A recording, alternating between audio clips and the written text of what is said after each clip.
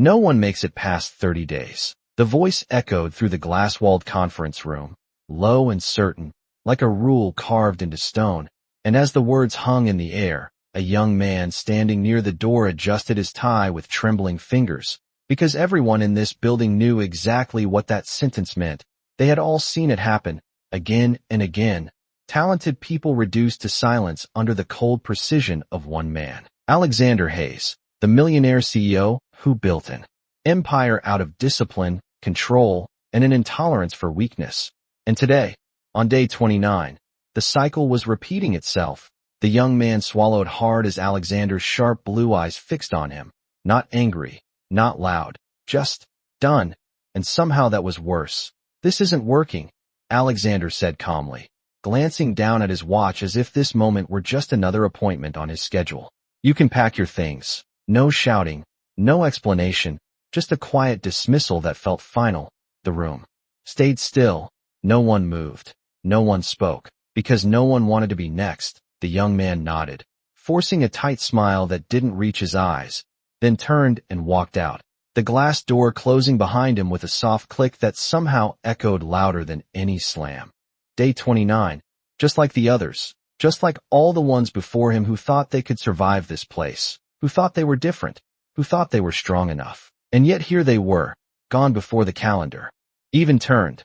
And as the silence settled, Alexander straightened the cuff of his tailored suit, already moving on, already thinking about the next problem to solve, the next person to replace, because in his world, people were replaceable, efficiency was everything, and emotions were liabilities. And somewhere deep inside the building, in a quiet elevator humming its way up to the executive floor, someone new was arriving. The door slid open with a soft chime, and she stepped out, steady, composed, as if she hadn't just walked into the most unforgiving workplace in the city. Maya Carter adjusted the strap of her worn leather bag over her shoulder, her shoes simple but clean, her posture straight, her expression calm.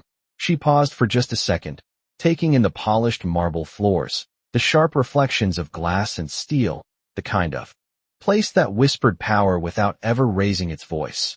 And then she walked forward, past employees who barely glanced up, past the quiet tension that lived in every corner of the office, past the invisible line that separated those who belonged from those who didn't. Because even before she said a word, before she introduced herself, there were already eyes on her, quick looks, subtle judgments, the kind that didn't need to be spoken out loud. She reached the reception desk and gave a small, polite smile.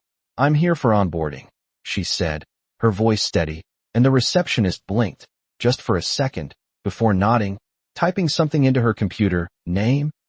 "Maya Carter," she replied, and for a brief moment, the receptionist hesitated, as if deciding something unspoken, before handing her a badge. "You'll want to head to the conference room. Mr. Hayes is expecting everyone." Maya nodded, thanked her, and turned, walking toward the same room where, just minutes ago, someone else had walked out for the last time. Inside, the air still carried the weight of what had just happened. Employees sat a little straighter, a little quieter, as the door opened again, and Maya stepped in, her gaze moving calmly across the room until it landed on him, Alexander Hayes, standing at the head of the table, reviewing a document with detached focus. He didn't look up right away, didn't acknowledge her presence, because he didn't need to. In his world, attention was earned, not given. Maya took a seat, placed her bag neatly beside her chair, and pulled out a small, worn notebook, setting it gently on the table, her fingers brushing over the cover for just a second before letting go. And then, finally, Alexander looked up, his eyes scanning the room, stopping on her just long enough to register that she was new. "Name," he said, not unkind, but not warm either, just direct, efficient. Maya met his gaze without hesitation. "Maya Carter," she said, clear and simple, and for a brief moment, something flickered across his expression, not surprise, not curiosity, just a quick calculation. "Maria," he replied, already looking back down at his notes, as if the correction didn't matter, as if she didn't matter. A faint ripple of quiet laughter moved through a couple of people in the room, subtle, almost reflexive, the kind of reaction that came from knowing how things worked here, from knowing when to stay quiet and when to follow the tone set at the top. and for a split second, the moment could have passed. Just another small thing. Just another name dismissed. Just another person expected to adjust, to shrink, to fit. But Maya didn't laugh, didn't flinch, didn't look away. She simply spoke again, her voice calm, steady, and unmistakably clear. "It's Maya." And the room shifted. Just slightly, not loudly, not dramatically, but enough to be felt. Because no one corrected Alexander Hayes. Not like that. Not in that tone. Not without hesitation. And for the first time, he paused, just for a second, his eyes lifting again to meet hers, really meet them this time. As if seeing her for the first time. And something unspoken passed between them. Not confrontation, not defiance, but something quieter, something harder to dismiss. Something that didn't fit neatly into his usual categories. And then, just as quickly, he looked away, continuing. As if nothing had happened. "Let's begin," he said, his voice returning to its usual controlled rhythm. But the room was different now. The air slightly charged, the silence a little heavier. Because somewhere between day 29 and day 1, between someone walking out and someone walking in, something had shifted, something small, almost invisible, but real. And as Maya opened her notebook and began to write, her pen moving smoothly across the page, one thing became quietly, undeniably clear. She wasn't here to survive the 30 days. She was here for something else entirely, and no one in that room, not even Alexander Hayes, had any idea what was coming next. By the time the meeting ended, no one rushed to stand, no one dared to speak first, because the rules in this building were never written on paper, but everyone knew them. You observed, you adapted, or you disappeared. And as chairs quietly slid back and people filed out one by one, Maya remained seated for a moment longer, her pen still moving across the page of her worn notebook, not hurried, not nervous, just steady, as if she were capturing something more than notes, something deeper than instructions, something worth remembering. When she finally closed it, she did so gently, like placing a marker in a story she already understood better than anyone else in that room. Outside, the office. Floors stretched wide and polished, rows of desks aligned with almost clinical precision, screens glowing, voices low, everything operating like a machine that had learned to run without warmth. And yet beneath that surface, there was tension, quiet but constant, like a current you could feel if you paid attention. Maya walked past it all, her pace even, her eyes taking in small details others had learned to ignore. The way conversations stopped when certain managers passed by, the way people straightened when a shadow crossed the glass walls, the way no one lingered too long anywhere that might suggest comfort. She reached her assigned desk, simple, clean, almost untouched, as if the last person had left quickly. Without looking back, she placed her bag down, set her notebook beside the keyboard, and before she even logged into the system, she noticed it, a small stack of files marked urgent, already waiting for her. No welcome message, no orientation guide, just work, immediate and unfiltered, as if the test had already begun. Across the floor, a woman in her late 30s glanced over, her expression a mix of curiosity and something else, something closer to quiet concern. She stood after a moment and walked over, lowering her voice as she reached Maya's desk. "You are new," she said, not asking, just confirming. Maya nodded, offering a small, polite smile. "First day," she replied. The woman exhaled softly, glancing around before leaning in just a little. "I am Rachel, Human Resources," she said, then added, almost under her breath. "Listen, just keep your head down. Do not stand out too much. And if he calls on you, keep your answers short." Maya tilted her head slightly. Rachel gave a faint, humorless smile. "You will learn," she said, straightening up again. "Everyone does." And with that, she walked away, leaving behind a warning that felt more like a survival guide than advice. Maya watched her go for a second, then turned back to her desk, her fingers resting lightly on the edge of her notebook. She opened it again, flipping to a fresh page, and wrote a single line. Simple, deliberate, day 1. Then beneath it, smaller, observe before acting. She closed it once more and finally turned to the screen, logging in. The system loaded quickly, revealing a flood of emails, flagged requests, incomplete reports, all directed to her name. as if she had been expected long before she arrived. Her eyes moved across them calmly, sorting, prioritizing, not overwhelmed, not rushed, just methodical. Minutes passed, then an hour, and slowly, something unusual began to happen.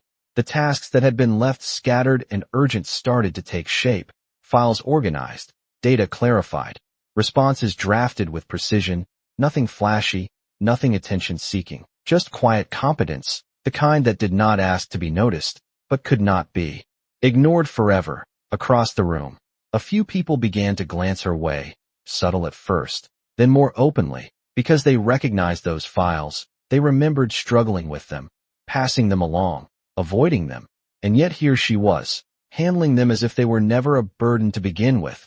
At exactly 10:30 in the morning, a message appeared on her screen, brief and direct: conference room. Now. No signature, no explanation, just a command. Maya read it once, then stood, smoothing her blouse slightly before picking up her notebook. She walked across the floor again, the same eyes following her, but this time with something different behind them, not just curiosity, but anticipation, as if they were waiting to see how this would unfold. Inside the conference room, Alexander Hayes stood by the window, looking out over the city, his reflection sharp against the glass. He did not turn when she entered, did not acknowledge her right away, letting the silence stretch just long enough to remind her whose space this was. Then, without looking back, he spoke. "The reports assigned to you this morning," he said, his tone even. "They were not meant to be completed." Maya did not respond immediately. She simply stepped forward, placing her notebook on the table, her voice calm when she finally spoke. "They are completed now." A pause followed, small but noticeable. Alexander turned slowly, his gaze settling on her with a focus that felt sharper than before, not dismissive this time, not careless, but attentive, measuring, as if recalculating something he thought he already understood. "You are either very efficient," he said, "or you do not understand the complexity of what you were given." Maya met his gaze without hesitation. "Or," she replied gently. No one took the time to simplify it before. The words hung in the air, not challenging, not defensive, just honest, and for a brief second, something shifted. Again, something subtle but real, because in a place where everyone had learned to speak carefully, to soften their edges, to avoid saying too much, she had done the opposite. She had said exactly what needed to be said, nothing more, nothing less. Alexander studied her for a moment longer, then nodded once, a small, almost imperceptible gesture. "We will see how long that approach lasts," he said, turning back to the window. Dismissing her without another word, Maya picked up her notebook, gave a slight nod of her own, and walked out, her steps just as steady as when she arrived. But as the door closed behind her, one thing was already becoming clear. She was not adjusting to his system. She was quietly beginning to understand it, and that difference, though invisible to most, was exactly where everything was about to change. The second day did not begin with a welcome. It began with silence, the kind that lingered in the air before anything even happened, as if the entire floor was waiting to see whether she would still be there. Maya stepped out of the elevator at exactly 8 a.m., earlier than most, not to prove anything, not to impress anyone, but because she understood something the others had already forgotten. That time, in this place, was not measured by hours. It was measured by endurance, and endurance started before the day even officially began. The office lights were already on, cold and steady, reflecting against glass and steel, but the absence of voices made the space feel almost hollow. She walked to her desk without hesitation, placed her bag down, and opened her notebook again, flipping to the page marked Day 1, her eyes scanning what she had written. Then slowly, she added another line beneath it. Pattern. Pressure creates silence. She paused, her pen hovering for just a moment. Before continuing, silence protects the system. She closed the notebook and turned to her screen. Logging in, the inbox was already full again. More tasks, more flagged items. But this time, something was different. The assignments were not random. They were layered, interconnected, as if someone had deliberately built them to overlap, to confuse, to test not just her ability, but her limits. Maya did not rush. She read each one carefully, mapping connections in her mind before touching a single file. Minutes passed, then an hour, and once again, her screen began to shift from chaos into clarity. Documents aligned, priorities restructured, responses drafted with precision that felt almost effortless. But across the room, the atmosphere was changing. More employees had arrived now, their voices low, their movements cautious, and every so often, someone would glance toward her desk, not openly, but enough to signal that she was no longer invisible. Rachel appeared again around 9:15, this time holding a tablet, her expression more serious than the day before. She stopped at Maya's desk, lowering her voice just enough to keep the conversation private. "You should slow down," she said quietly. Maya looked up, her expression calm. "Why?" she asked. Rachel hesitated, glancing briefly toward the glass offices before answering. "Because he notices everything, and when he notices too quickly, it usually does not end well." Maya considered that for a second, then gave a small nod, not agreeing, not disagreeing, just acknowledging. Rachel lingered for a moment longer, as if wanting to say more, then simply added, "Just be careful," before walking away again. Maya returned her attention to the screen, but this time, her movements were even more deliberate, not slower, just more intentional, as if she were not only solving problems, but studying how those problems were created in the first place. At exactly 10 a.m., the glass door to Alexander's office opened, and the shift was immediate. Conversations lowered, posture straightened, the current in the room sharpened. He stepped out, moving across the floor with the same controlled precision as always, his presence not loud, but undeniable. He paused briefly near a group of managers, exchanging a few quiet words, then continued walking, his path casual enough to seem unplanned, but direct enough to reveal intention. When he reached Maya's desk, he did not stop right away. He stood just to the side, observing her screen without announcing himself, watching the way her eyes moved, the way her hands worked, the way she navigated the complexity he had intentionally placed in front of her. After a few seconds, he spoke. "You adjusted the reporting structure," his voice calm, but edged with something sharper. Maya did not startle, did not rush to explain. She simply turned her chair slightly to face him. "Yes," she said. It was inefficient. A faint shift crossed his expression, not surprise, but interest. "I designed that structure," he replied, not defensive, just stating a fact. Maya nodded once. "Then it was efficient for a different purpose," she said, her tone steady. "But not for the one it is being used for now." The words were simple, but they carried weight, because they did not challenge him directly. They reframed the situation entirely.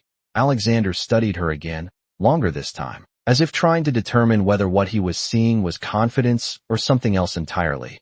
"You assume a lot for someone on her second day," he said. Maya met his gaze without hesitation. "I observe," she replied. Assumptions would be faster.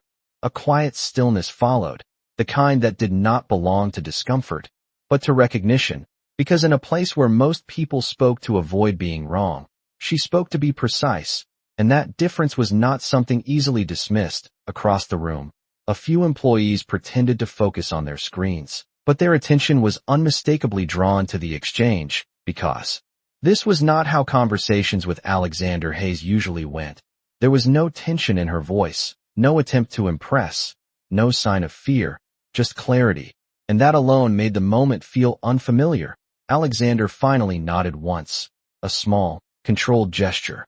"We will review your changes," he said, then added, almost as an afterthought, "Do not assume they will remain." Maya gave a slight nod in return. "I do not assume permanence," she said, and with that, he moved on, continuing across the floor as if the interaction had been no different from any other. But the shift it left behind was undeniable, because something had changed, not loudly, not dramatically, but in a way that settled into the space like a new variable no one had accounted for.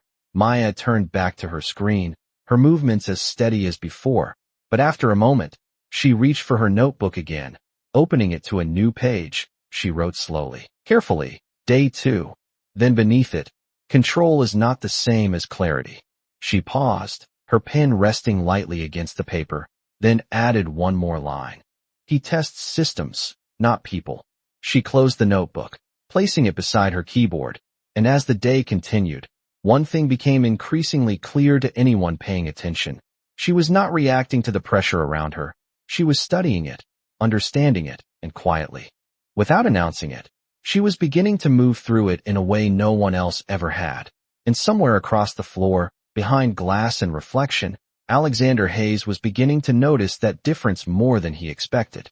By the third day, the office no longer treated her like a temporary presence. It treated her like a question no one could answer, and questions, in a place built on control, were dangerous. Maya arrived at the same time.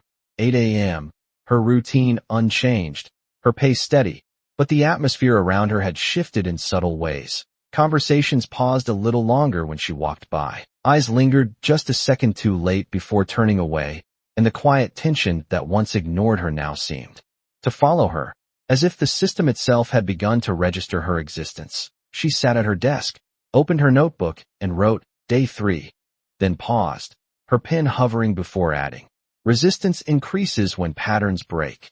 She closed it and turned to her screen.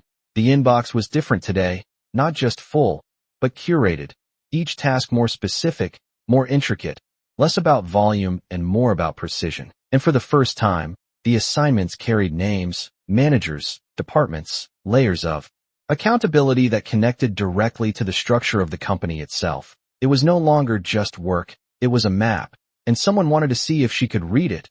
Across the floor, two analysts stood near the coffee station, their voices low but not low enough. She will not last. One of them said quietly, They never do.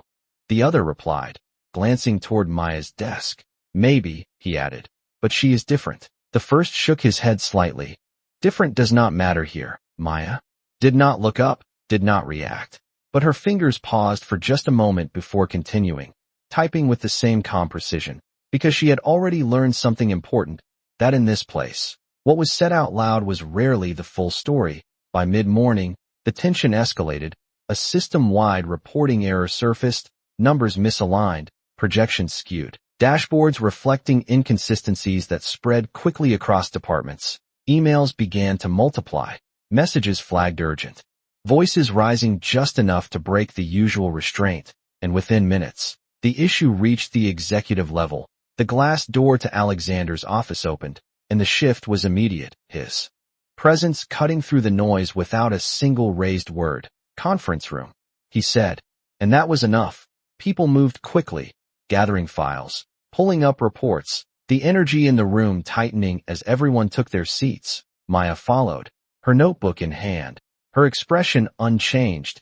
Inside, the air felt sharper, the kind that carried expectation and pressure in equal measure.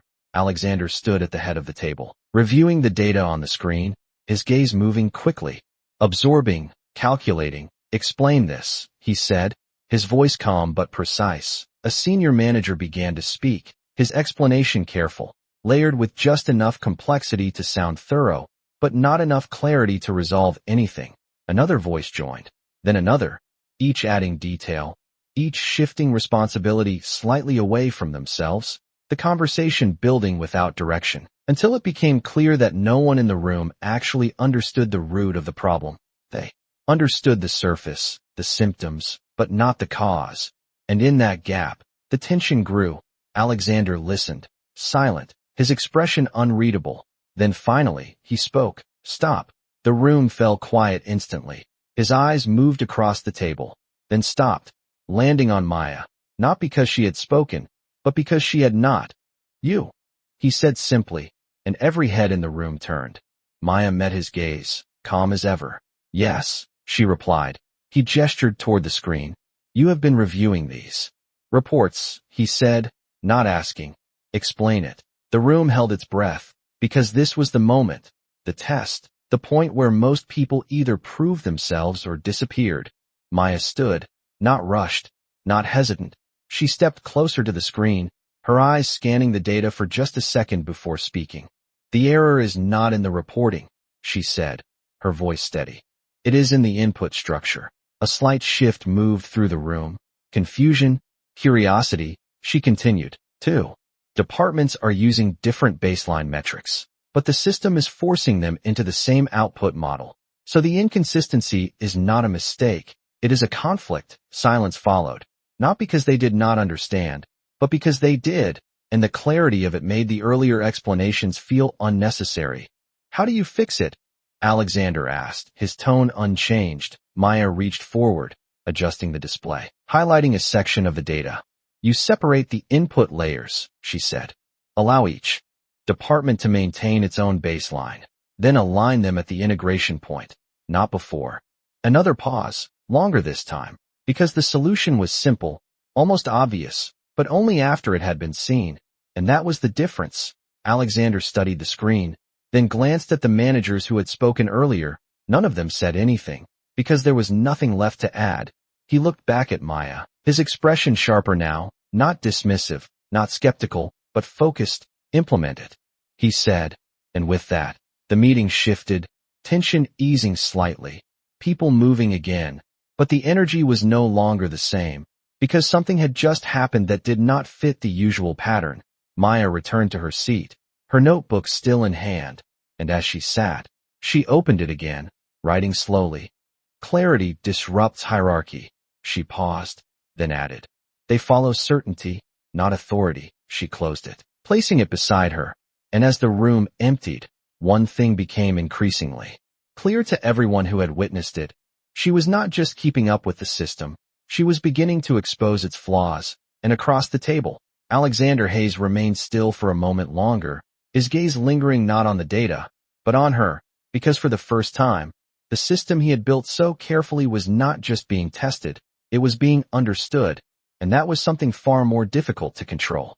By the end of that morning, something invisible had shifted across the entire floor, not loudly, not dramatically, but in the kind of way that settled into people's posture, into the pauses between their words, into the way they now looked at Maya when they thought she was not paying attention, because what had happened in that conference room was not just a solution, it was a disruption, and disruption, in a place built on controlled outcomes, did not go unnoticed. Maya returned to her desk, with the same calm rhythm, placing her notebook beside her keyboard, her fingers resting lightly on its cover for a moment before she opened it again.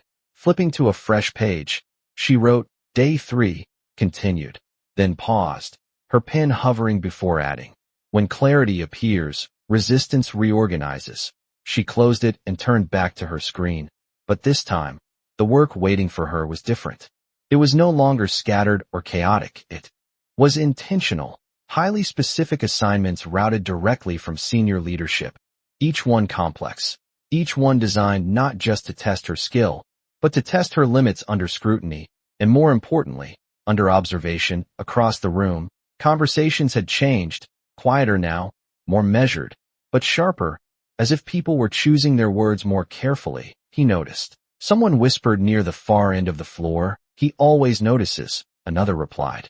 The question is what happens next. Maya did not look up, but she did not need to, because she already understood that attention, in this place, was not a reward. It was pressure in a different form. By early afternoon, that pressure began to take shape. A new assignment appeared on her screen, flagged high priority, directly from Alexander Hayes. The message was brief, almost clinical. Prepare a full performance analysis for the last fiscal quarter, identify inefficiencies, present recommendations, deadline. Today, 4 p.m., no greeting, no explanation, just a task that would normally take an entire team days to complete, and yet it had been assigned to her, alone. Maya read it once, then again, not reacting, not questioning, just absorbing the scope of what was being asked. Then she reached for her notebook, opening it slowly, and wrote. Test escalated. Time compression. She paused, then added, objective unclear. Pressure intentional. She closed it, placed it beside her keyboard, and began. The hours that followed moved differently, not faster, but more focused. The noise of the office seemed to fade into the background as she worked, her attention narrowing, her process deliberate. She did not try to complete everything. She tried to understand everything, breaking the data into layers, identifying patterns, questioning assumptions, and most importantly, removing what did not need to be there. Across the floor, people noticed, not because she looked overwhelmed, but because she did not. While others would have rushed, reacted, or asked for help. She remained steady, her movements controlled, her focus uninterrupted, and that alone created a different kind of tension because it did not fit the expected outcome. Around 3:30 p.m., Rachel appeared again, this time without a tablet, her expression more urgent than before. She stopped at Maya's desk, her voice low but direct. "You should not finish that," she said. Maya looked up, her expression calm. "Why?" she asked. Rachel glanced toward the glass offices, then back at her. "Because it is not about the report," she said quietly. "It is about how you respond to the pressure. If you finish it, he will raise the stakes again. If you do not, he will say you could not handle it. Either way, it does not end where you think it does." Maya listened, her gaze steady, then gave a small nod. "Thank you," she said. Rachel hesitated, as if expecting more, then sighed softly. "Just be careful," she added before walking away, leaving behind a warning that carried more weight than before. Maya turned back to her screen, her fingers resting on the keyboard for a moment, not frozen, not uncertain, just considering. Then she reached for her notebook again, opening it to the same page, and wrote, "System behavior confirmed. No-win scenario." She paused, her pen pressing slightly harder against the paper this time, then added, "Unless the objective is redefined." She closed the notebook slowly, her movements as controlled as ever, and returned to the report. But something had shifted, not in her pace, not in her focus, but in her intention. She was no longer working to complete the task. She was working to understand why the task existed in the first place. At exactly 4 p.m., she stood, picking up her notebook and a single document, not a full report, not the comprehensive analysis that had been requested, but something else entirely. She walked across the floor, the same eyes following her, but this time with something closer to anticipation. Because everyone knew what that deadline meant. Everyone knew what usually happened next. Inside the conference room, Alexander Hayes was already there, standing near the table, reviewing something on his tablet. He did not look up immediately when she entered, allowing the silence to settle again. Then finally, he spoke. "Do you have it?" he asked, his tone even. Maya stepped forward, placing the document on the table. "I have something," she replied, and that was enough to make him look up. His gaze sharp, focused. "Something," he repeated, as if testing the word itself. Maya nodded once, her expression unchanged. "The report you asked for would take more than a few hours if accuracy matters," she said calmly. "So I did not complete it." A pause followed, heavier this time, because no one said that to him. Not like that, not without hesitation. "Then what did you do?" he asked, his voice quieter now, but more precise. Maya gestured lightly toward the document. "I identified why the request was made," she said, "and what you are actually testing." The room felt different again, not tense, not loud, but charged with something that did not belong to the usual structure, because this was no longer about completing tasks, it was about understanding intent, and that, in this place, was far more dangerous. Alexander's gaze did not leave her, his expression unreadable for a moment longer than usual, because for the first time, someone had not just responded to his system, they had begun to question it, and quietly, without raising her voice, without stepping out of line. Maya Carter had just done something no one else had managed to do. She had changed the rules of the test without ever asking permission. The silence in the conference room did not break immediately. It stretched, thin and sharp, as if the air itself was deciding which direction this moment would take. Alexander Hayes did not look at the document right away. He looked at her, really looked this time, not as a new employee, not as a variable to test, but as something less predictable, something that did not respond the way his system expected. "Explain," he said finally, his voice low, controlled, but carrying a weight that did not need to be raised to be felt. Maya did not rush to answer. She stepped slightly closer to the table, her gaze steady, her posture unchanged. "The task was not designed to be completed," she said calmly. "It was designed to measure reaction under pressure." She paused, letting the words settle before continuing. "Speed versus accuracy, compliance versus resistance, and most importantly, whether I would prioritize your instruction or the integrity of the result." The room remained still, not because they did not understand, but because they did, and hearing it spoken out loud shifted something deeper than any report could. Alexander's expression did not change, but his focus sharpened. "And what did you choose?" he asked. Maya met his gaze without hesitation. "Clarity," she replied. "Because without it, the result does not matter." Another pause followed, heavier this time, because the answer was not defiant. It was precise, and precision was harder to dismiss than disagreement. Alexander finally reached for the document, lifting it. With a measured motion, his eyes scanning the page. The content was not long, not complex in appearance, but it was structured in a way that revealed something else entirely. Instead of a full report, it outlined the decision points, the hidden variables, the assumptions embedded within the request itself. It was not an answer, it was an analysis of the question, and that alone made it different. He read it once, then again, his silence extending longer than anyone in the room was used to. Because silence from him was rarely empty. It was evaluative, deliberate, and when he finally spoke, his voice was quieter than before.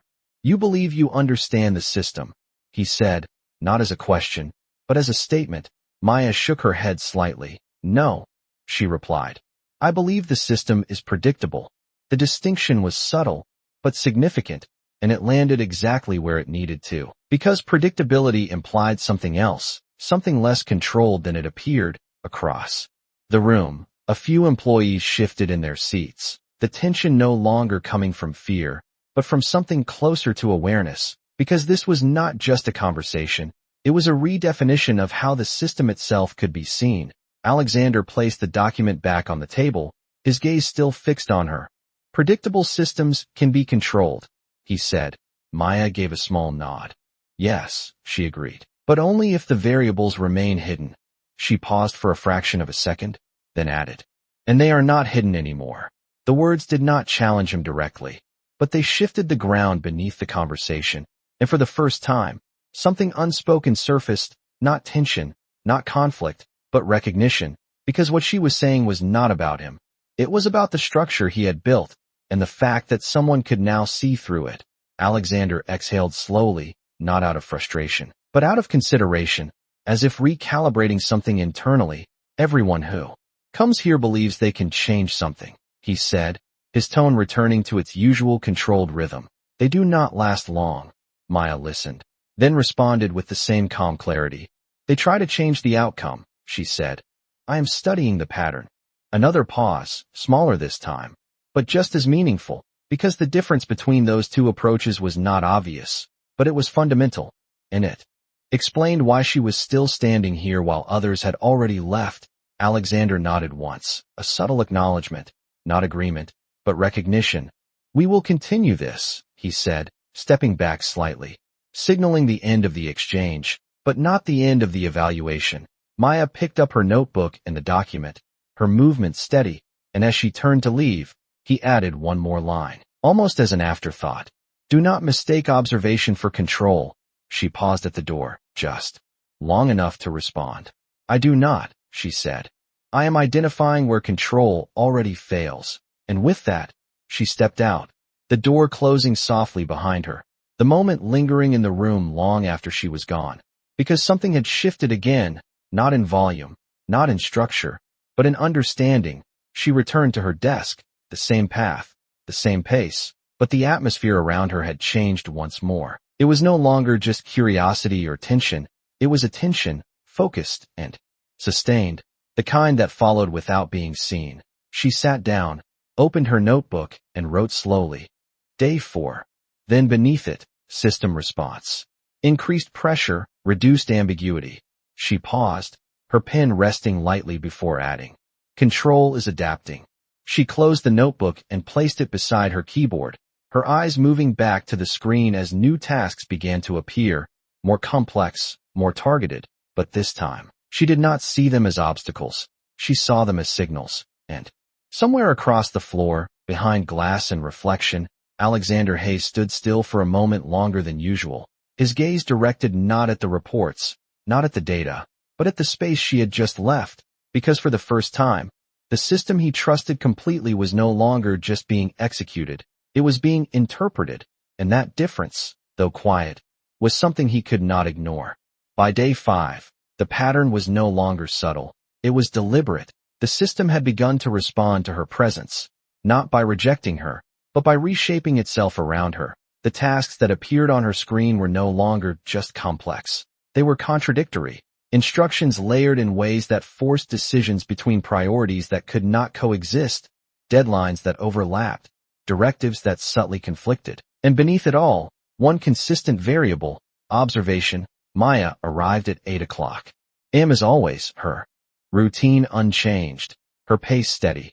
But the moment she stepped onto the floor, she could feel it, not in words, not in actions, but in the way the environment held itself, like a system waiting to see how its newest variable would behave under increasing strain. She reached her desk, opened her notebook, and wrote day 5, then paused, her pen hovering before adding, system adaptation confirmed. Complexity increased without clarity. She closed it gently and turned to her screen, reading through the new assignments, her eyes moving slowly, not overwhelmed, not rushed, just absorbing, mapping, understanding, across the room. The atmosphere had shifted again, the quiet tension now layered with something closer to unease, because what had once been predictable was no longer behaving the same way, and unpredictability, even in small amounts, unsettled people who relied on structure to feel secure. Rachel approached again, but this time she did not lower her voice right away. She stood beside Maya's desk, looking at the screen, then at her. "You are still here," she said softly. Maya gave a small nod. "Yes," she replied. Rachel exhaled, almost a quiet laugh, but without humor. "That alone is becoming a problem," she said, then leaned slightly closer, lowering her voice. "He does not escalate like this unless he is trying to break something." Maya listened, her expression calm. "Something," she repeated. Rachel nodded. "Or someone," she added, her eyes holding Maya's for a second longer than usual. Then she straightened. "Just be careful," she said again. But this time, the warning felt heavier, less like advice and more like recognition. Maya nodded once, then returned to her screen, but her hand did not move immediately. Instead, she reached for her notebook again, opening it to the same page, and wrote, "Pressure no longer tests performance, it tests identity." She paused, then added, "Response must remain consistent." She closed it and began working. The hours moved with a different rhythm today, not smoother, but sharper. Every task required a choice. Every choice revealed something about the structure behind it, and more importantly, about the expectations embedded within it. She did not rush to resolve everything. She focused on understanding the intent behind each contradiction, separating what was necessary from what was designed to create friction, and slowly, methodically, the chaos began to organize itself again, not completely, not perfectly, but enough to reveal the underlying pattern. By midday, the tension reached another level. A message appeared on her screen, simple, direct, executive review. 1 p.m., no additional context, but she did not need it. She already understood what it meant. At exactly 1 p.m., she walked into the conference room. The same space, the same table, but the atmosphere felt different, heavier, more focused, because this was no longer just a test of tasks. It was a test of consistency. Alexander Hayes was already there, standing at the head of the table. A series of reports displayed on the screen behind him.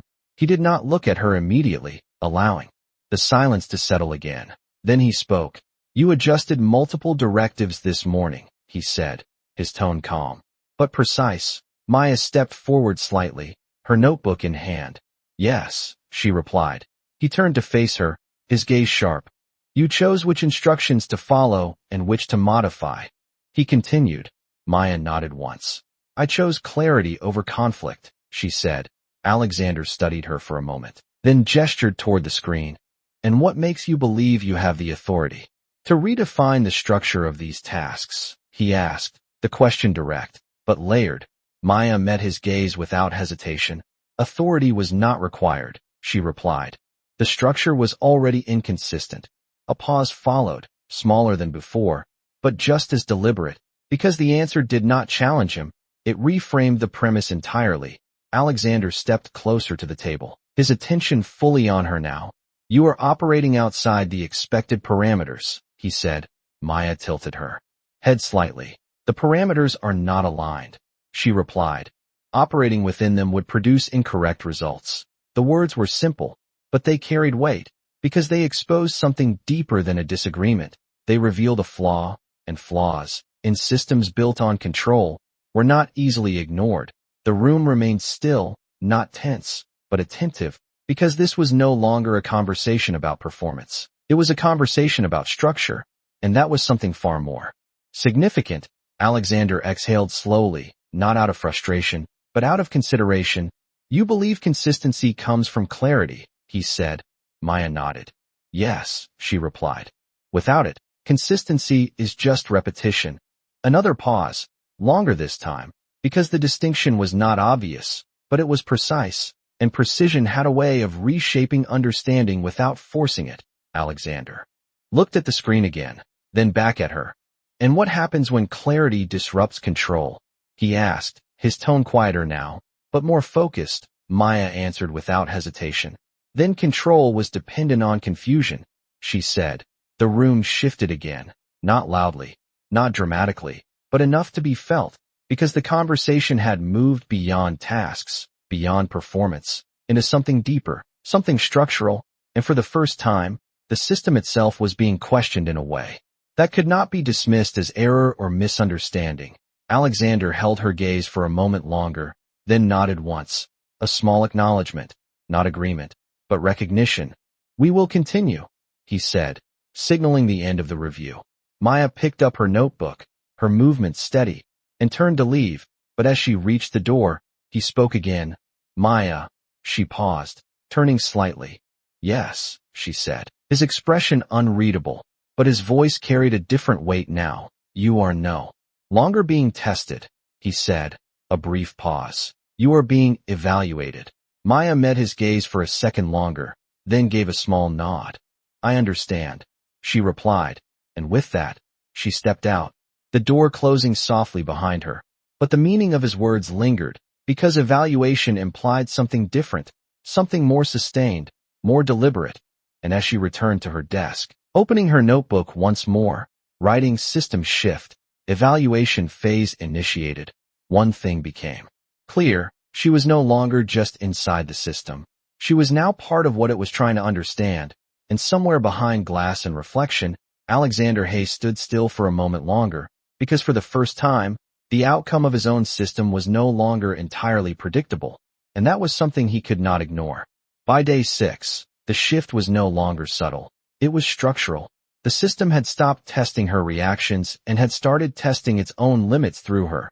Maya stepped out of the elevator at exactly 8 a.m., her pace unchanged, her expression steady. But the moment she walked onto the floor, she could feel the difference, not in noise, not in movement, but in attention, sustained, quiet, and deliberate. People were no longer just noticing her. They were watching her, as if trying to understand something they could not yet define. She reached her desk, placed her bag down, and opened her notebook. Writing day 6, then pausing before adding. Evaluation phase active. System seeks consistency under contradiction. She closed it gently and turned to her screen. The assignments waiting for her were no longer disguised as routine tasks. They were direct contradictions, overlapping directives from different departments, instructions that could not all be followed at once without creating failure somewhere else. And beneath it all, one clear signal: the system was no longer measuring performance, it was measuring decision-making under impossible conditions. Maya read through each assignment carefully, not reacting, not rushing, just observing, mapping the contradictions, identifying the points where choice would define outcome. Across the floor, the tension had evolved into something sharper, less uncertain, more focused, because now everyone understood that what was happening was not accidental. This was deliberate. Rachel approached again, but this time she did not try to soften her voice. She stood beside Maya's desk, her expression serious. It is different now, she said. Maya looked up. Yes, she replied. Rachel nodded slowly. He does not push like this unless he is trying to force a break, she said, then added quietly. Not in the system, in the person. Maya listened, her gaze steady. And what happens when it does not break? She asked. Rachel hesitated, just for a moment, then answered. That has not happened before, she said, and that was the first Time uncertainty had entered her voice. Maya nodded once, then returned to her screen, but before her hands moved, she reached for her notebook again, opening it to the same page, and wrote, "Contradiction is not error, it is design." She paused, then added, "Resolution requires redefining the objective." She closed it and began working. The hours that followed did not feel like work in the traditional sense. They felt like navigation, each task presenting a decision point, each decision revealing something about the structure behind it. And instead of choosing between conflicting directives, she began to restructure them, not ignoring instructions, but aligning them in a way that removed the contradiction itself. It was not faster, it was not easier, but it was consistent, and consistency, in a system built on pressure, created something unexpected: stability. By midday, the shift became visible. Reports that should have conflicted began to align. Outputs that should have failed began to hold. And across the floor, people started to notice, not just that she was completing tasks, but that the tasks themselves were behaving differently when they passed through her. At exactly 12:45 p.m., a message appeared on her screen: executive review. Immediate. No time, no explanation, just a command. Maya stood, picking up her notebook, her movement steady, and walked toward the conference room. The same path, the same glass walls, but the atmosphere felt heavier now, more focused, because this was no longer just observation. This was confrontation. Inside, Alexander Hayes was already there, standing near the table. A series of conflicting reports displayed on the screen behind him. He turned as she entered, his gaze direct. "You altered the outcome," he said, not asking. Maya stepped forward. "I aligned the inputs," she replied, his expression sharpened slightly. "You removed the conflict," he continued. Maya nodded. "Yes," she said. Alexander gestured toward the screen. "The conflict was intentional," he said, his tone precise. Maya met his gaze without hesitation. "Then the objective was not the output," she replied. A pause followed, heavier than before, because the implication was clear. If the conflict was intentional, then the system itself was not designed to produce accurate results. It was designed to test behavior. And she had just bypassed that layer entirely. Alexander stepped closer, his attention fully on her now. "You are bypassing the test," he said. Maya shook her head slightly. "No," she replied. "I am redefining it." Another pause, smaller, but just as significant, because the distinction mattered. She was not avoiding the system. She was engaging with it at a different level, one that did not rely on the same assumptions. Alexander studied her for a moment longer, then asked, "And what do you believe the test is now?" His voice quieter, more focused. Maya answered without hesitation.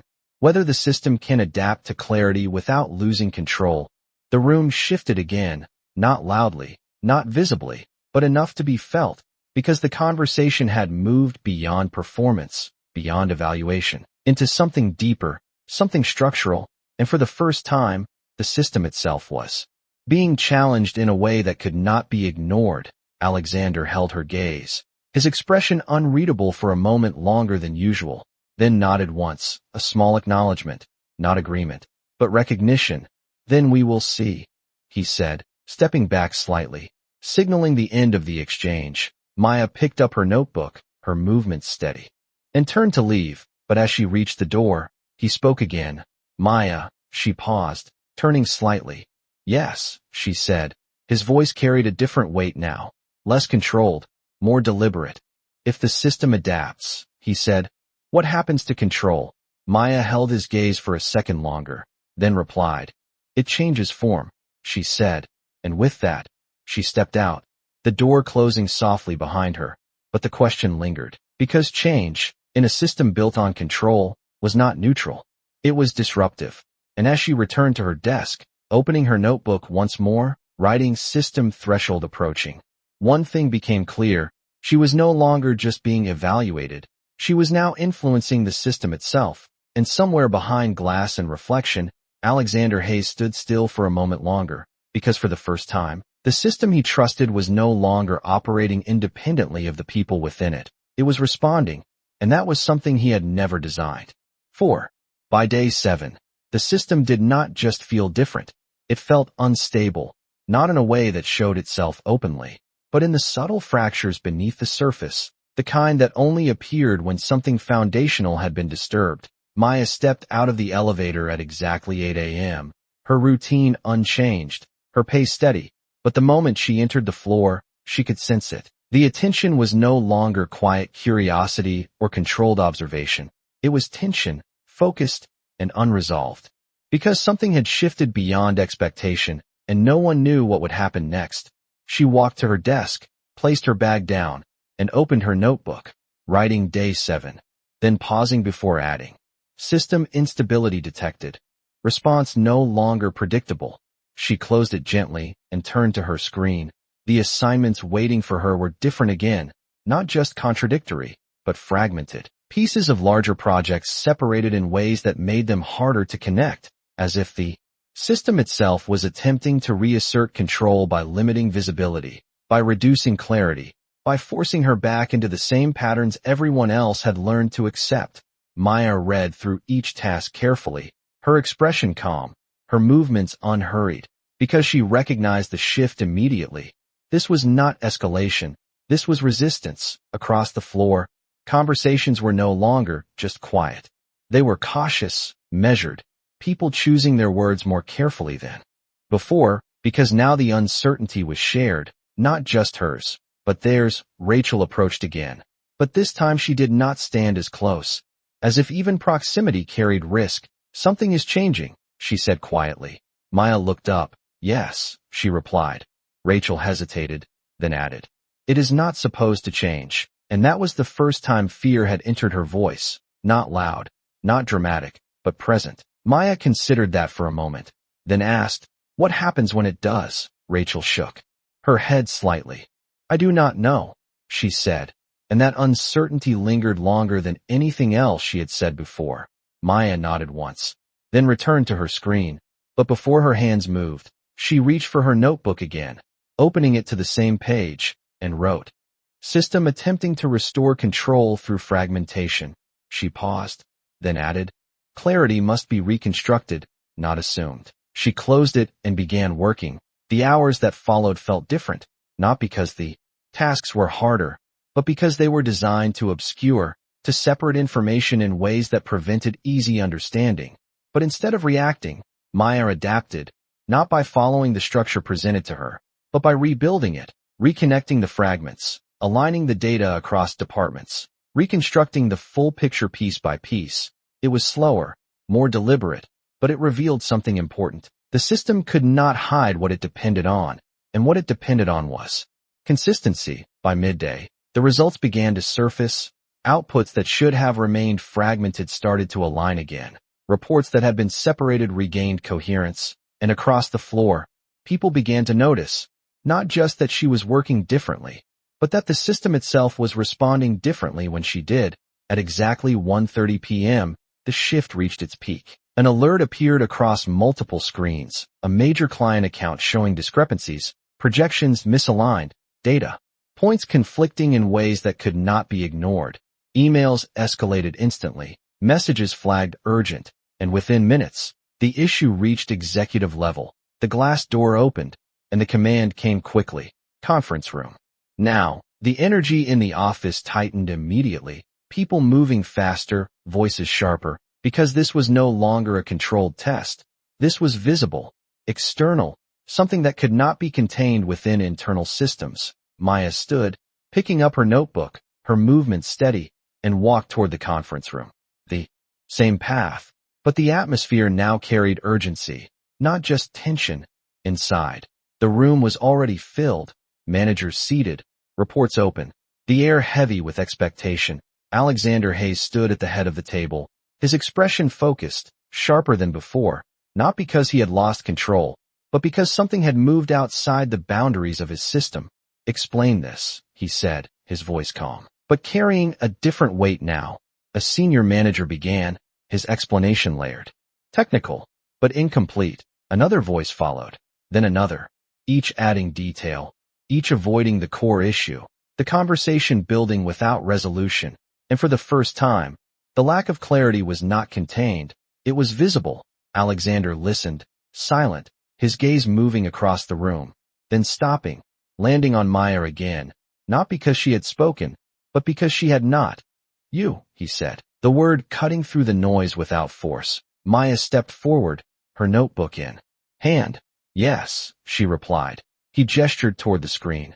"What is happening?" he asked, his tone direct.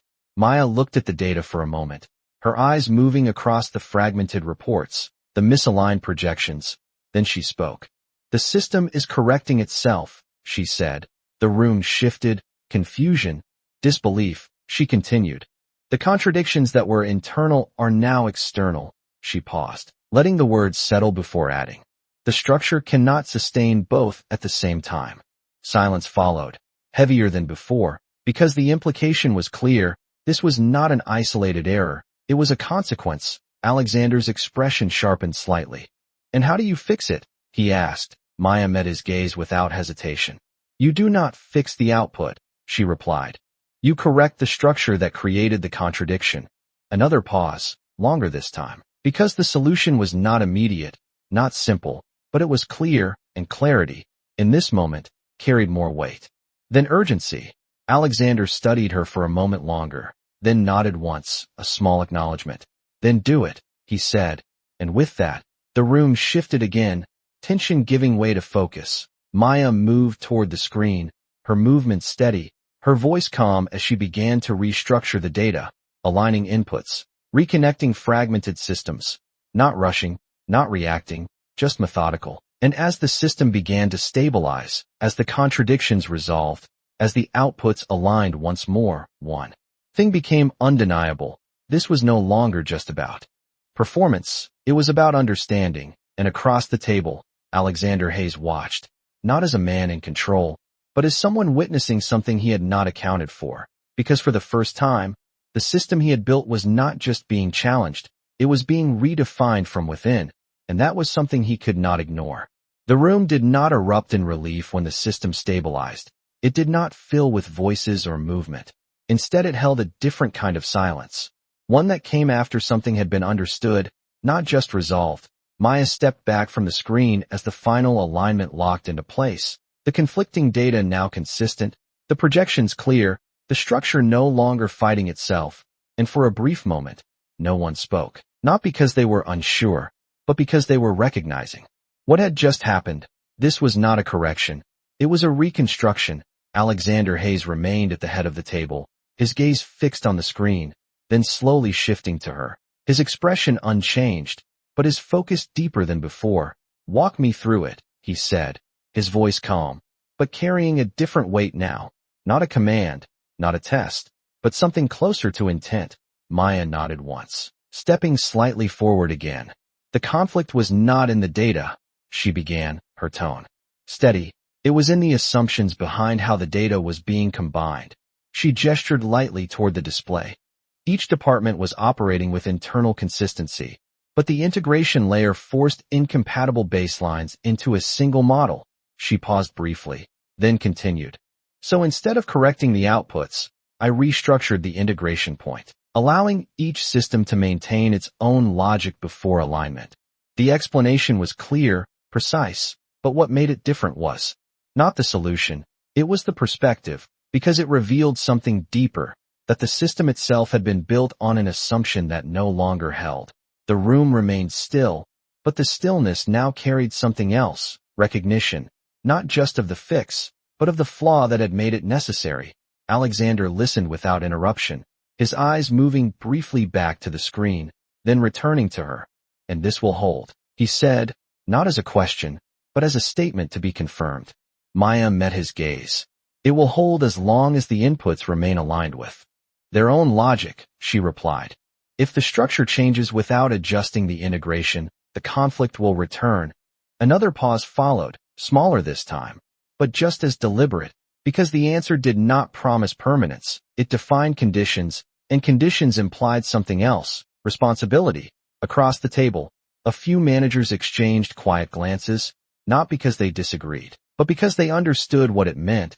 The system was no longer self-sustaining, it required awareness. Alexander exhaled slowly, not out of frustration, but out of consideration, as if recalibrating something internally. "So the system is not failing," he said. Maya shook her head slightly. No, she replied. It is revealing where it was never fully aligned. The distinction settled into the room, subtle but significant, because failure implied error, but misalignment implied design. And design could be changed. Alexander nodded once, a small acknowledgement, then turned to the rest of the room. Implement her structure across all related systems, he said, his tone returning to its usual controlled clarity. And ensure that future integrations are reviewed before deployment. The command was direct, but what followed it was different. Not urgency, not tension, but a shift in understanding, because for the first time, the system was not just being executed, it was being examined. The meeting began to dissolve, people gathering their materials, voices returning slowly, but the atmosphere had changed, not lighter, not easier, but clearer. Maya stepped back, picking up her notebook, her movement steady, and as she turned to leave, Alexander spoke again. Maya, she paused, turning slightly. Yes, she said. His gaze held hers for a moment longer than usual. Stay, he said simply. The room continued to empty, the door closing softly behind the last person, leaving the two of them alone in the same space that had once been defined entirely by hierarchy, now holding something less defined, less predictable. Alexander stepped away from the head of the table, moving closer, not to close distance, but to shift position, to remove the structure that had framed every previous interaction. You did not follow the expected path, he said, his tone quieter now, more deliberate. Maya replied without hesitation. The expected path led to the conflict, she said. He nodded slightly. And yet most people follow it anyway, he added. Maya tilted her head just slightly. Because they are measuring success by compliance, she said, not by outcome. Another pause followed, not heavy, not tense, but reflective, because the conversation had moved beyond tasks, beyond performance, into something more foundational, something about how decisions were made in the first place. Alexander looked at her, not with scrutiny now, but with something closer to recognition. You are not operating within the system, he said. Maya shook her head gently. I am, she replied. I am just not assuming it is correct. The words settled between them, simple, direct, but carrying a weight that did not need to be emphasized, because they reframed everything. The system was not absolute. It was constructed, and anything constructed could be examined, adjusted, improved. Alexander exhaled slowly, his gaze shifting briefly toward the window, the city beyond it still moving, still structured, still predictable in its own way. Then back to her. Most people try to survive this place, he said. Maya met his gaze. I noticed, she replied, a faint hint of something softer in her tone, not humor, not defiance, just awareness. He studied her for a moment longer, then asked, and you? His voice quieter now. What are you trying to do? Maya paused, just briefly, then answered, understand it, she said. The simplicity of the answer made it land deeper than anything more complex could have, because understanding implied something beyond survival, beyond performance. It implied intent.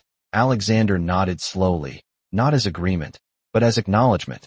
That is more difficult than it looks, he said. Maya gave a small nod. Yes, she replied. That is why it matters. The room fell quiet again.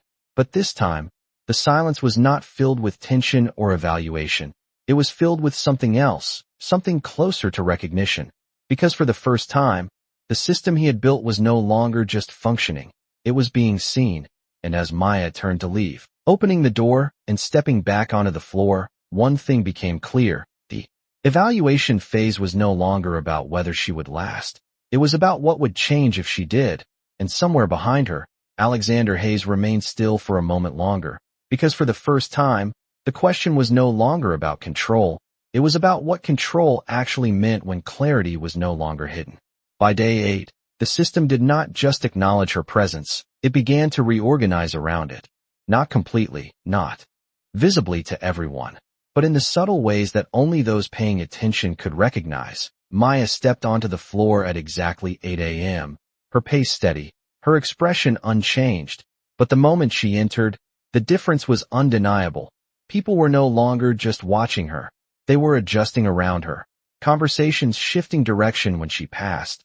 decisions being reconsidered before they were finalized, as if her presence alone had introduced a new variable that could not be ignored. She reached her desk, placed her bag down, and opened her notebook, writing day 8, then pausing before adding, system behavior shift. External adaptation initiated. She closed it gently and turned to her screen. The assignments waiting for her were no longer fragmented or contradictory. They were aligned, almost too aligned, structured in a way that appeared efficient on the surface, but beneath it, something felt different, as if the system was no longer testing her directly, but attempting to anticipate her response. Maya read through each task carefully, her eyes narrowing slightly, not in confusion, but in recognition, because anticipation, in a system like this, revealed something else, awareness. Across the floor, Rachel approached again, but this time she did not hesitate. She stood directly beside Maya's desk, her voice low but steady. "You changed something," she said, not as a question. Maya looked up. "The system changed," she replied. Rachel shook her head. Slightly. "No," she said, "it is reacting to you." The distinction lingered between them, because reaction implied influence, and influence implied something far more significant than survival. Maya considered that for a moment, then asked, "What happens when it adapts?" Rachel hesitated, then answered, "Then it stops testing and starts protecting itself," she said, and for the first time, her tone carried something closer to concern than warning. Maya nodded once, then returned to her screen. But before she began, she reached for her notebook again, opening it to the same page, and wrote, "Adaptation phase, system predicting behavior." She paused, then added, "Prediction creates new blind spots." She closed it and began working. The hours that followed felt different, not because the tasks were easier, but because they were pre-structured in ways that removed visible conflict. And that, in itself, was a signal, because a system that removed conflict without addressing its source was not resolving it, it was hiding it. Maya did not follow the structure as presented. Instead, she began to trace the assumptions behind it, identifying where alignment had been forced rather than achieved, and slowly, methodically, she began to adjust it again, not to disrupt, but to reveal. By midday, the pattern became visible. The system had not solved its contradictions, it had relocated them, and across the floor, the effects began to surface. Small inconsistencies, minor delays, subtle misalignments that grew just enough to be noticed. At exactly 1:15 p.m., the shift reached a new level. A senior executive meeting was called, not just managers this time, but leadership from multiple divisions, the kind of meeting that did not happen unless something significant was at stake. Maya received the message like everyone else, simple, direct, executive boardroom. 1:30 p.m. She stood, picking up her notebook, her movement steady, and walked toward the larger conference space. The atmosphere different from before, heavier, more formal, because this was no longer internal. This was structural. Inside, the room was already filled, executives seated, screens displaying multiple layers of data, the air carrying a weight that did not belong to routine decisions. Alexander Hayes stood at the center, his presence sharper, more focused than before, not because he had lost control, but because he was now dealing with something that extended beyond his immediate system. As Maya entered, his gaze shifted to her briefly, then back to the room. "We have alignment issues across multiple divisions," he said, his voice calm, but carrying authority that filled the space without effort. They were not visible until this morning. A senior executive began to speak, outlining the inconsistencies, the delays, the discrepancies that had surfaced. The explanation, thorough, but incomplete, because it described the symptoms, not the cause. Another voice followed, then another, each adding detail, each reinforcing the same pattern, until the conversation reached a point where clarity should have emerged, but did not. And that was when Alexander turned, his gaze moving across the room, then stopping on Maya again, not because she had spoken, but because she had not. "You see it," he said, not asking. Maya stepped forward slightly, her notebook in hand. "Yes," she replied. The room quieted, attention shifting, because this was no longer just about hierarchy. It was about understanding. "Then explain it," he said. Maya looked at the screen for a moment, her eyes moving across the aligned structures, the hidden inconsistencies. Then she spoke. The system did not resolve its contradictions, she said, her voice steady. It redistributed them. A pause followed. Confusion, recognition, she continued. The alignment created yesterday removed visible conflict at the integration level, but it did not address the underlying assumptions within each division. So the contradictions moved outward. The words settled into the room, not loudly, but deeply, because they reframed the entire situation. This was not a new problem. It was the same one, expressed differently. Alexander's expression sharpened slightly. And your solution, he said. Maya met his gaze without hesitation. The system cannot adapt through structure alone, she replied. It requires alignment at the decision level, not just the data level.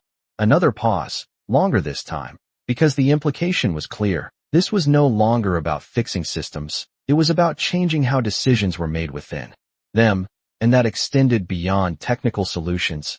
Alexander held her gaze for a moment longer, then nodded once, a small acknowledgement.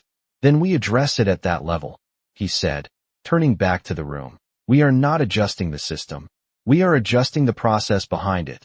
The command shifted the direction of the conversation immediately, because it moved the focus from correction to transformation. And as the meeting continued, one thing became clear to everyone present. This was no longer just about maintaining control. It was about redefining it. Maya stepped back, her role in the moment complete, but as she turned to leave, opening her notebook once more, writing system evolution, control shifting from structure to understanding. One thing became undeniable. She was no longer just influencing the system.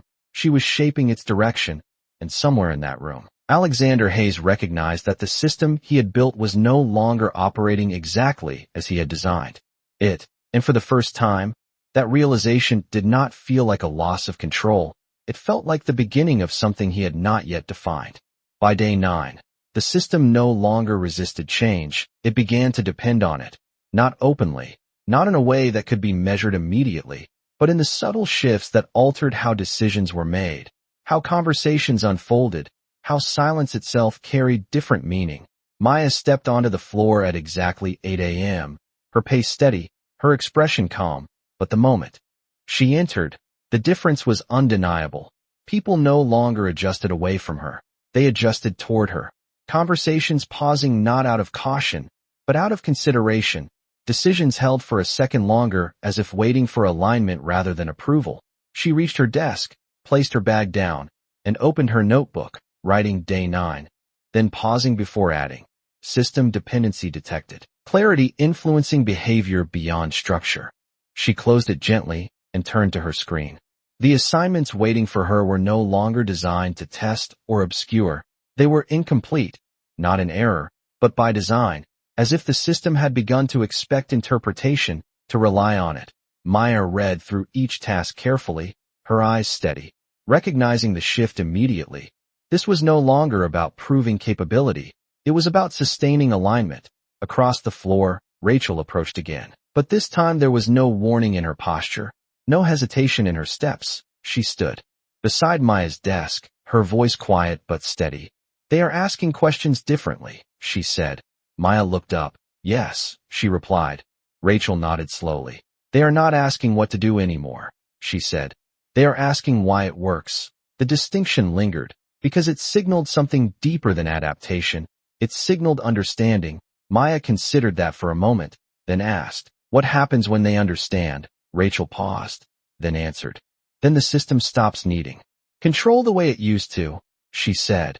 And for the first time, there was no fear in her voice, only recognition. Maya nodded once, then returned to her screen. But before she began, she reached for her notebook again, opening it to the same page, and wrote, Dependency phase, system shifting from control to coherence. She paused, then added, Coherence requires shared understanding.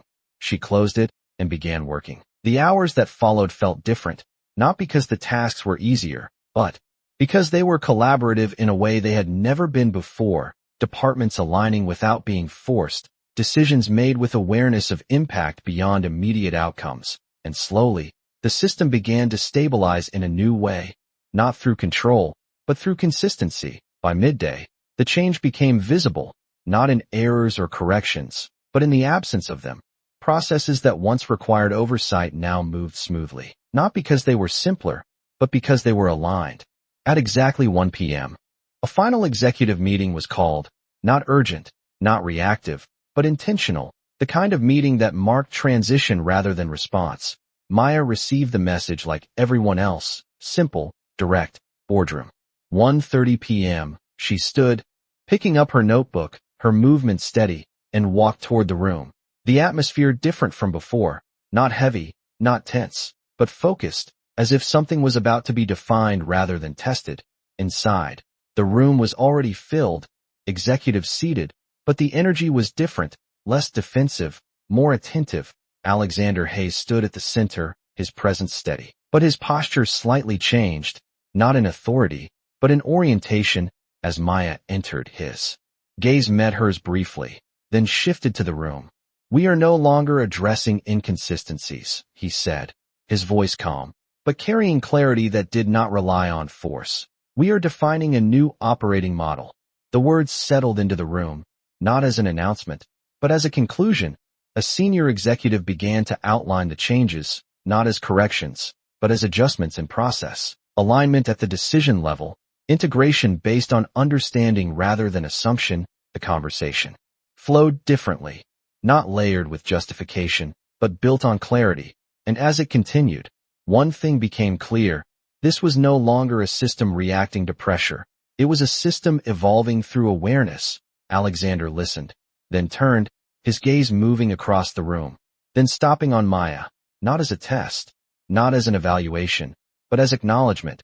"You identified the pattern," he said. Maya met his gaze. "The pattern was already there," she replied. Another pause followed, not heavy, not tense, but meaningful, because the distinction mattered. She had not created the system. She had revealed it. Alexander nodded once, a small acknowledgement, then addressed the room again. "From this point forward, alignment is not optional," he said. "It is the foundation." The statement carried weight, not because it enforced control, but because it defined direction. The meeting continued, but its purpose was already clear. This was not about maintaining what had been. It was about building what would come next. Maya stepped back, her role in the moment complete. But as she turned to leave, she opened her notebook once more, writing "system transformation." Control replaced by clarity. She paused, then added, "Sustainability depends on consistency of understanding." She closed it gently, and as she stepped out of the room, one thing became undeniable. She was no longer just part of the system. She had become part of what it was built upon. And behind her, Alexander Hayes remained still for a moment longer, because for the first time, the system he had trusted completely was no longer defined by his control alone. It was defined by something else, something he had not accounted for, but now recognized as essential. And that realization did not weaken the structure he had built, it strengthened it, in a way he had never expected. 1 year later, the system no longer felt like a machine people had to survive. It felt like a structure they could understand, not perfectly, not without challenge, but with a clarity that had not existed before. And on a quiet morning at exactly 8 a.m., Maya Carter stepped out of the same elevator she had entered months ago, her pace steady, her expression calm.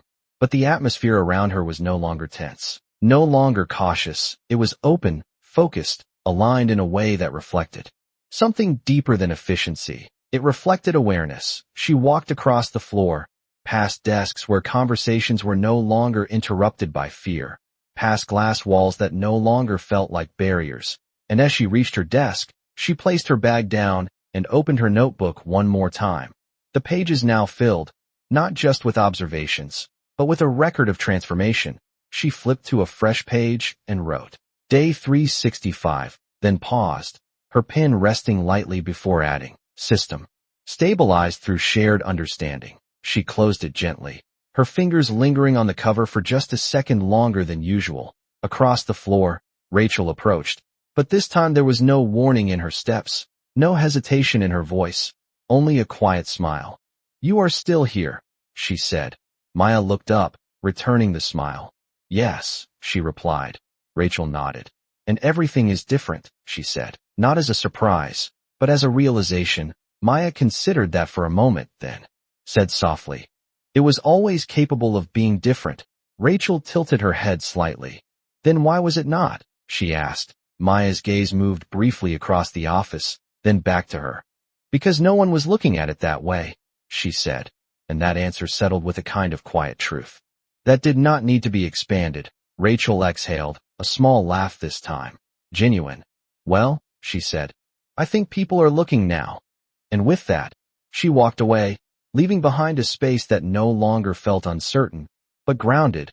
Moments later, a message appeared on Maya's screen. Simple, direct, boardroom. 9 a.m. She read it once, then stood, picking up her notebook, though she no longer needed it the way she once had, and walked toward the room. The same path, the same doors, but the meaning behind them had changed. Inside, the boardroom was already prepared, executives seated, screens ready. But the energy was not heavy, not tense. It was focused, intentional. Alexander Hayes stood near the window, his posture steady, but his presence different, not because he had less authority, but because he carried it differently. As Maya entered, his gaze met hers, not as a test, not as an evaluation, but as recognition. "We are ready," he said, his voice calm. And for the first time, those words were not about the system. They were about what came next. The meeting began, outlining the expansion of the new model, integrating clarity-based processes across new divisions, extending beyond internal systems into external partnerships. The conversation moved with a rhythm that reflected alignment rather than control. And as it continued, one thing became clear. This was no longer about fixing what had been broken. It was about building something that did not need to break in the same way again. Alexander listened, then turned, his gaze moving across the room before settling on Maya. "You changed the way we see this," he said, the words simple, but carrying weight that did not rely on emphasis. Maya shook her head slightly. "I did not change it," she replied. "I just did not accept it the way it was." A pause followed, not heavy, not tense, but meaningful, because the distinction mattered. It was not about creating something new. It was about revealing what had always been possible. Alexander nodded once, then stepped slightly closer, not to assert position, but to share space. "Most people tried to survive this place," he said. Maya met his gaze. "I remember," she replied softly. He held her gaze for a moment longer, then asked, quieter now. "And now?" Maya paused. Just briefly, then answered. "Now it works," she said, the simplicity of the answer carrying more weight than anything more complex could, because it was not just about the system. It was about the people within it. The meeting concluded not with urgency, not with pressure, but with direction, clear, steady, sustainable. And as people began to leave, the room did not empty with relief. It transitioned with purpose. Maya remained for a moment longer, closing her notebook one final time. And as she turned to leave, Alexander spoke again. "Maya," she paused, turning slightly. "Yes," she said, his expression steady, but his voice carried something different now. Not authority, not evaluation, but something closer to respect. "Stay," he said, and as the door closed behind the last person, the room held a different kind of silence, not the kind that tested, not the kind that pressured, but the kind that acknowledged. "You saw what no one else did," he said. Maya shook her head gently. "It was always there," she replied. "People just stopped looking." Another pause followed, quiet, but full, because this was no longer about systems or structure. It was about perspective. Alexander exhaled slowly, his gaze shifting briefly toward the city beyond the glass, then back to her. "And you stayed," he said. Maya met his gaze. "Yes," she replied. He nodded once, a small acknowledgement, then said something that carried more weight than anything that had come before. "No one lasted 1 month." He said, "You changed that." Maya held his gaze for a moment longer, then answered softly. "I did not stay because it was easy," she said. "I stayed because it could be better." The words settled between them, simple, clear, and for the first time, there was no system to interpret them, no structure to measure them against, just understanding. And as she stepped out of the room, walking back onto a floor that no longer needed to be survived, one thing became undeniable. She had not just lasted. She had transformed everything. And somewhere behind her, Alexander. Hayes remained still for a moment longer, because for the first time, the world he had built had been turned upside down, not by force, not by power, but by something far more difficult to control, clarity, and that was something he would never ignore again.